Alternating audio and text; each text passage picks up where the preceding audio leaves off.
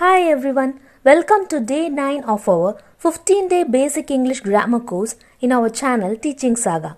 Today we are going to see about verbs. In today's video, we will cover the following topics. First we will see what is a verb and then types of verbs, action and state verbs and then main and auxiliary verbs. And then we will see in detail about the primary auxiliaries such as be verbs, do verbs and have verbs, and then we will discuss about the modal auxiliaries, and finally you will have quiz number 9 and also answers to quiz number 8. And of course shout out to the fastest 10 correct answers at the end of the video. Before we get into today's class, நம்ம channel Teaching Saga 15-day basic English grammar course free of cost கொடுத்துட்டு இருக்கோம். இதுக்கு நீங்கள் செய்ய வேண்டியதெல்லாம் every Wednesday and Saturday 5 PM login பண்ணி quizக்கு answer பண்ண வேண்டியதான். Okay, now let's get into today's video. First, let's see what's a verb.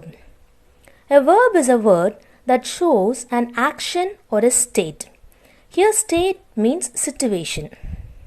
இந்த verbங்கிறது தமிழ்ல நம்ம வினைச்சொல்னு பார்த்திருப்போம். verb வந்து ஒரு நபரோட செயலை குறிக்கும், அதாவது action. அப்படி இல்லைன்னா ஒரு நபரோட இல்லை ஒரு பொருளோட நிலையை குறிக்கும், state. Sometimes it also refers to the situation, அதாவது சூழ்நிலையும் குறிக்கும். இது பெரும்பாலும் நவுனுக்கு பக்கத்தில் வரும். Now let's see some examples. Reshmi runs fast. இங்கே runs அப்படின்றது ஓடுதல் அப்படின்ற செயலை குறிக்குது. It denotes an action. Let's see another example.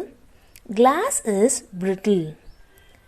Glass வந்து உடையும் தன்மை கொண்டது அப்படின்னா அதோட நிலையை குறிக்குது. It refers to the state. நம்ம பார்த்த ஃபர்ஸ்ட் எக்ஸாம்பிளில் ரன்ஸ்ன்ற ஆக்ஷன் வேர்ப் வந்துருந்துச்சு. இந்த செகண்ட் எக்ஸாம்பிளில் இஸ் அப்படின்ற ஸ்டேட் வேர்ப் வந்திருக்கு. Okay, now let's see in detail about the types of verbs. இந்த வேர்ப்ஸை வந்து வேறு வேறு க்ரைட்டீரியாவில் we can classify it in different ways. First type பார்த்தீங்கன்னா ஸ்டேட் அண்ட் ஆக்ஷன் வேர்ப்ஸ். இந்த ஸ்டேட் வேர்ப்ஸை ஸ்டேட்டிவ் வேர்ப்ஸ்னு சொல்லுவாங்க. அது மாதிரி action verbs is sometime called as dynamic verbs. And then second category is main verb and auxiliary verbs. இந்த auxiliary verbsக்கு இன்னொரு பேர் என்னன்னா helping verbs. The third category is regular verbs and irregular verbs. And then the fourth one is transitive verbs and intransitive verbs. நம்ம இந்த வீடியோல first two categories மட்டும் தான் cover பண்ண போறோம். We'll see the other types of verbs in our next class.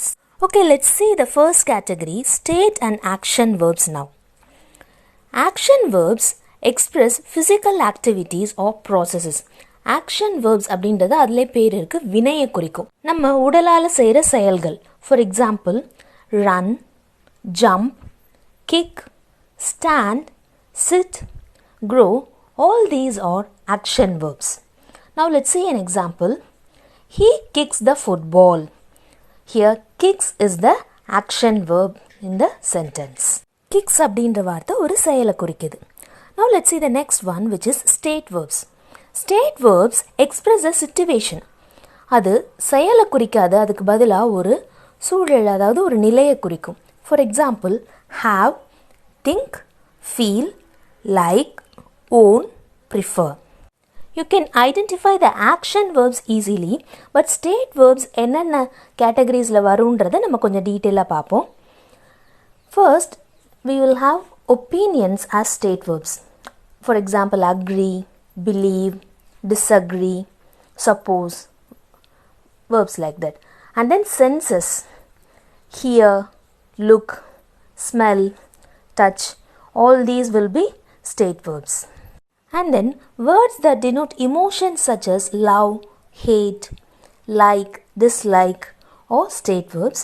And then possessions, have, own, and words denoting the state of being such as consist, weigh, all these will come as state verbs. Now let's see some examples to understand the state verbs better.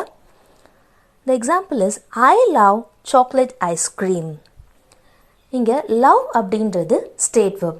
இது ஒரு action, ஒரு செயலை குறிக்கல, அது அவங்களோட ஒப்பீனியனை கூட, அதாவது எதை பிடிக்கும் அப்படின்றத குறிக்குது. So it is a state verb.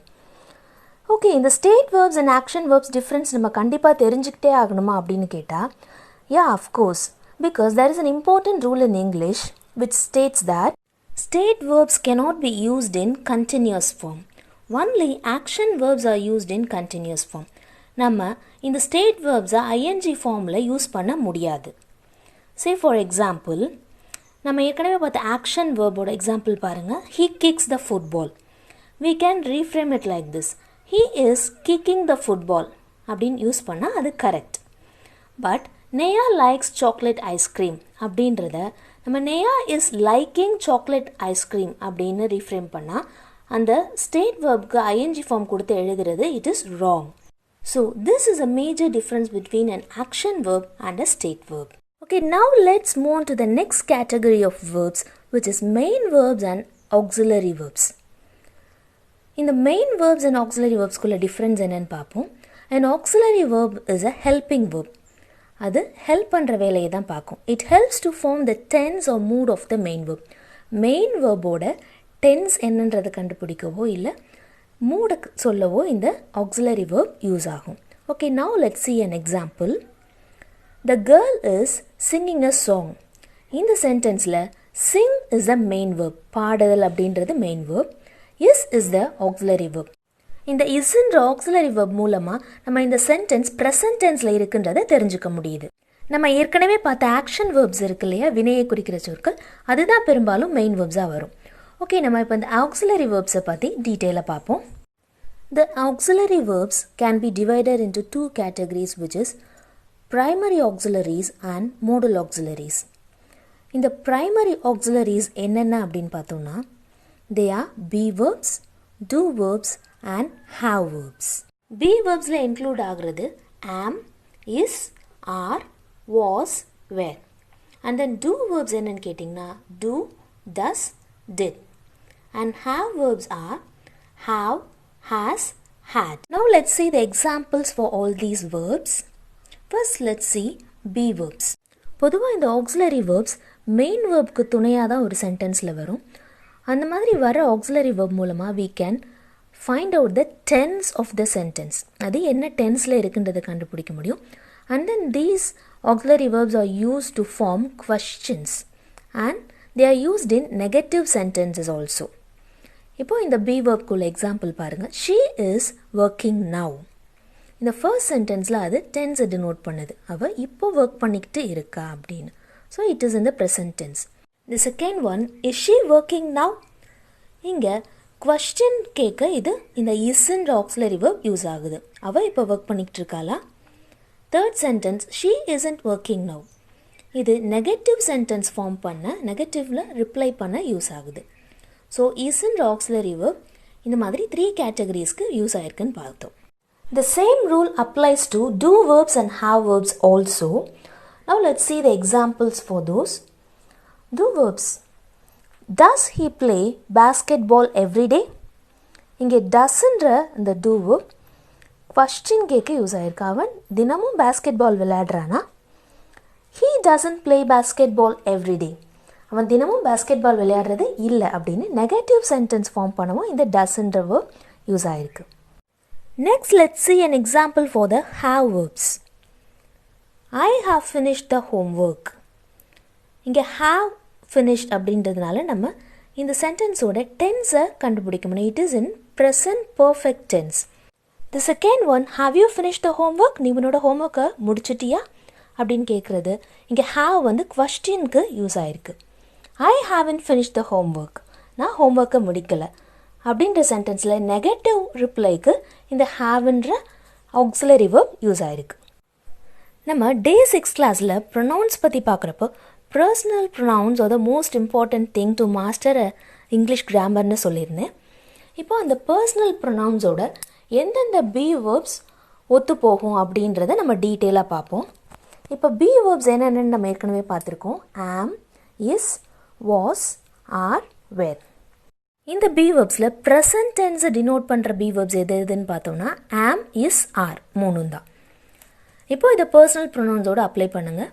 I am playing, we are playing, you are playing, he is playing, she is playing, it is playing and they are playing. Third person singular he, she, இட்டோட is use பண்ணுறோம். அது மாதிரி plural ஃபார்முக்கு நம்ம are be verb use பண்றோம். Okay, now let's see the past tense be verbs. Past tense ரெண்டு தான் was and were. இதில் singular இருந்தா was யூஸ் பண்ணுவோம், plural இருந்தா were யூஸ் பண்ணுவோம். Okay, let's see the examples now. I was playing. We were playing. You were playing. He was playing. She was playing. It was playing. And they were playing. Okay, now let's move on to see the next category, which is modal auxiliaries. In the modal auxiliaries என்னென்ன அப்படின்னு list பார்த்தோம்னா can, could, shall, should, will, would, may, might, must, dare, need to and ought to. இந்த மாடல்ஸோட usage எங்கெங்கே வரும் அப்படின்றத நம்ம தனியாக எக்ஸ்க்ளூசிவாக ஒரு வீடியோ போடுவோம்.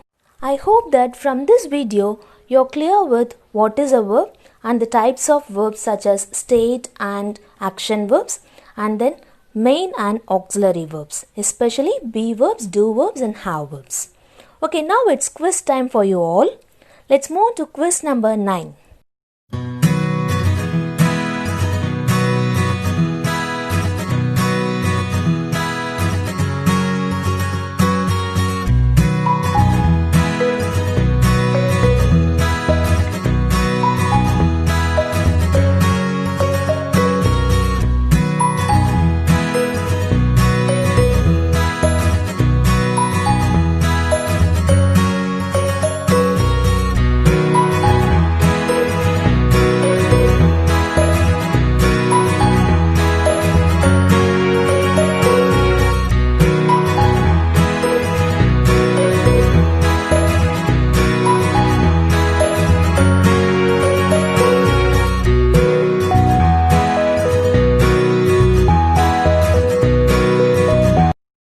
It's time to announce the answers to quiz number 8.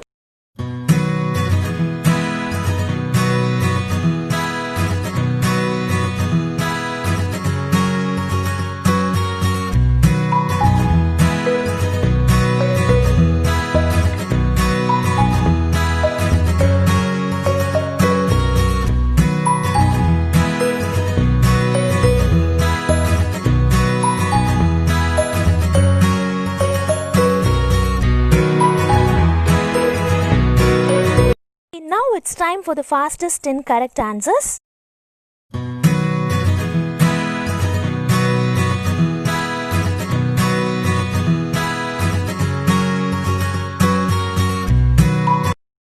Okay, until I meet you in day 10 class coming Wednesday, just keep learning. Bye.